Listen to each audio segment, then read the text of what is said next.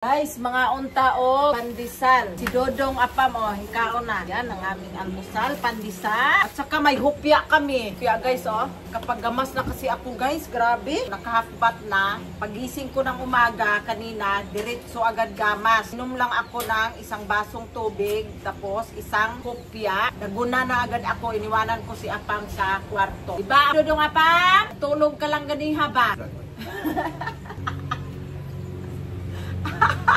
Natog lang siya ganiha guys. Iwanan ako siya sa kwarto. So ngayon, nandito kami sa maganda tere. Diba maganda? Kasi marami na kaming halaman sa paligid. Lots of planting. Ayan, ang aming bulaklak guys. Oh, gahapon na tinanim ko. Nasa corner lang talaga siya guys. Mauna guys ang amuang halaman dito. So siya, murag pink ni siya ba, kining isa. Pero abunuhan ako ni siya unya kay. Aron nga mutambok ko siya guys ba. Maude na ang teknik sa halaman. Kaingon ko, ang kanaang mga gulay lang ang abunuhan. Pati po di ang halaman pinahalan. Maganda ang paligid guys pag maraming tanom. Kay anti-stress. Ayan guys, oh. Ilahang, ibaligya karong hapon guys. Sus, kalamig guys, oh. Ibaligya.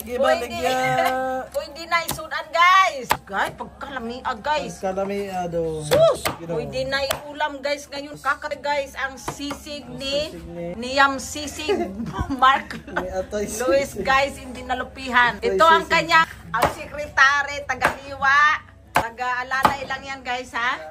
Mark Louis. Dito lang yan. Kung gusto nyong dayuhin ang Yam Sisig, punta na kayo sa San Ramon. Dinalupihan, T plus milk tea. Nasa harap lang guys ng milk tea namin. Grabe guys. Oh, lami kayo guys.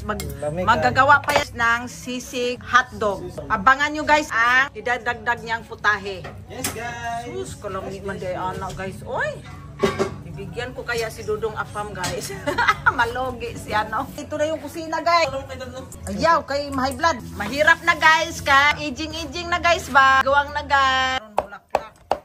Wow, nakakatakam na talaga oh. Yummy, ang bango-bango pa.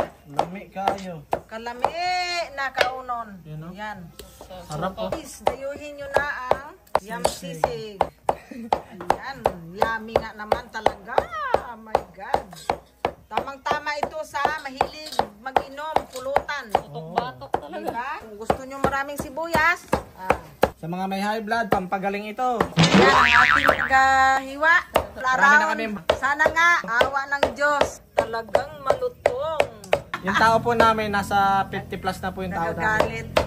Puro kalukuhan lang yan oh guys. Oh. Tingnan nyo guys. Uy, yummy. Tapos ito, anuhan pa natin ang ano, lalo sasarap yan. Extra spicy yung iba. Ang gusto naman ng extra rice din. Extra rice yun. Diba?